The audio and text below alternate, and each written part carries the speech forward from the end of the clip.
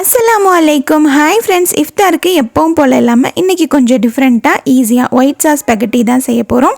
அதுக்கு ஸ்பெகட்டி வேகிறதுக்கு தேவையான அளவுக்கு தண்ணி, கல்லுப்பு, கொஞ்சமாக எண்ணெய் சேர்த்து கொதிக்கிறதுக்காக வச்சு விட்டுருக்கேன். இன்றைக்கி வெஜிடபிள்ஸ்லாம் சேர்த்து தான் செய்ய போகிறோம். உங்களுக்கு வெஜிடபிள்ஸ் வேணாம் அப்படின்னா அதெல்லாம் ஸ்கிப் பண்ணிவிட்டு அப்படியே போன்லெஸ் சிக்கன் போட்டுக்கோங்க, அவ்வளோதான். மற்றபடி ப்ரொசீஜர் இதே தான். கேப்சிகம்லாம் ரொம்ப பொடிசாக இல்லாமல் கொஞ்சம் சின்ன சின்ன க்யூப்ஸாக கட் பண்ணிக்கலாம். தண்ணி நல்லா இந்த அளவுக்கு கொதிச்சதுக்கப்புறமா 1/2 kg அளவுக்கு ஸ்பெகட்டி எடுத்துருக்கோம் இல்லையா, அதில் கொஞ்சமாக எடுத்து வச்சுட்டு பேலன்ஸ் இருக்கிறது எல்லாத்தையுமே போட்டுட்டேன். வெள்ளைப்பூடு இதுக்கு அதிகமாக தேவைப்படும், அதனால் ஒரு கைப்பிடி அளவுக்கு உரிச்சு எடுத்து வச்சுட்டேன். ஸ்பெகட்டி குக் ஆகுறதுக்கு நமக்கு 20 to 25 minutes ஆகும். இப்போ உரிச்ச வெள்ளைப்பூடை நல்லா இடிச்சிட்டு தனியாக எடுத்து வச்சுக்கிட்டேன். ஃபஸ்ட்டு இதுக்கு ஒயிட் சாஸ் ரெடி பண்ணிக்கணும்.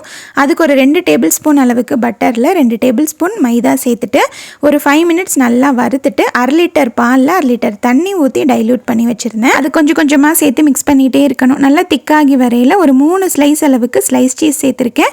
தேவையான அளவு உப்பு, கொஞ்சமாக சில்லி ஃப்ளேக்ஸ், ஆரிகானோ சேர்த்து நல்லா மிக்ஸ் பண்ணிக்கலாம். நல்லா திக்காகி வரும். ஸ்பெகட்டி வெந்துருச்சு. இப்போ அதை நல்லா வடிகட்டிட்டு இதை தனியாக எடுத்து வச்சுக்கலாம். ஸ்பெகட்டி ரொம்ப நேரம் வைக்க போகிறீங்க அப்படின்னா கோல்டு வாட்டரில் வாஷ் பண்ணிக்கோங்க. ஒயிட் சாஸ் இந்த அளவுக்கு திக்கானா போதும். இப்போ வேறு ஒரு பேனில் 2 டேபிள் ஸ்பூன் அளவுக்கு பட்டர் சேர்த்துட்டு நம்ம இடிச்சு வச்சிருக்க பூண்டை சேர்த்து நல்லா வதங்கினதுக்கப்புறமா ஒரு வெங்காயத்தை சேர்த்து, வெங்காயம் ஓரளவுக்கு வதங்கினதுக்கப்புறமா கட் பண்ணி வச்சிருக்க கேரட், பீன்ஸ், பட்டாணி சேர்த்து உப்பு சேர்த்து நல்லா மிக்ஸ் பண்ணி மூடி போட்டு ஒரு 10 minutes விட்டுறலாம்.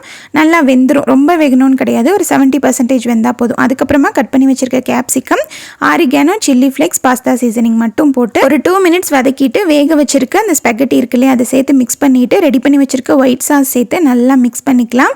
க்ரீம் சீஸ் வந்துட்டு நான் இதில் சேர்த்துருக்கேன். இது வந்து ஃபுல்லி ஆப்ஷனல் தான். இருந்தால் சேர்த்துக்கோங்க, இல்லைனா ஸ்கிப் பண்ணிக்கலாம். சேர்த்தோம் அப்படின்னா டேஸ்ட் வந்துட்டு இன்னுமே நல்லாயிருக்கும். க்ரீம் சீஸ் சேர்த்து நல்லா மிக்ஸ் பண்ணிவிட்டு அதுக்கு மேலே ஸ்லைஸ் சீஸ் போட்டுட்டு ஒரு 2 minutes அப்படியே லோ ஃப்ளேமில் வச்சு விட்டுருங்க. நல்லா மெல்ட் ஆயிரும். அதுக்கப்புறம் நல்லா மிக்ஸ் பண்ணிவிட்டு நல்லா சுட சுட சர்வ் பண்ணிங்க அப்படின்னா அவ்வளோ சூப்பராக இருக்கும். ரொம்ப திக்காக இருந்துச்சு அப்படின்னா கொஞ்சமாக பால் சேர்த்துக்கோங்க.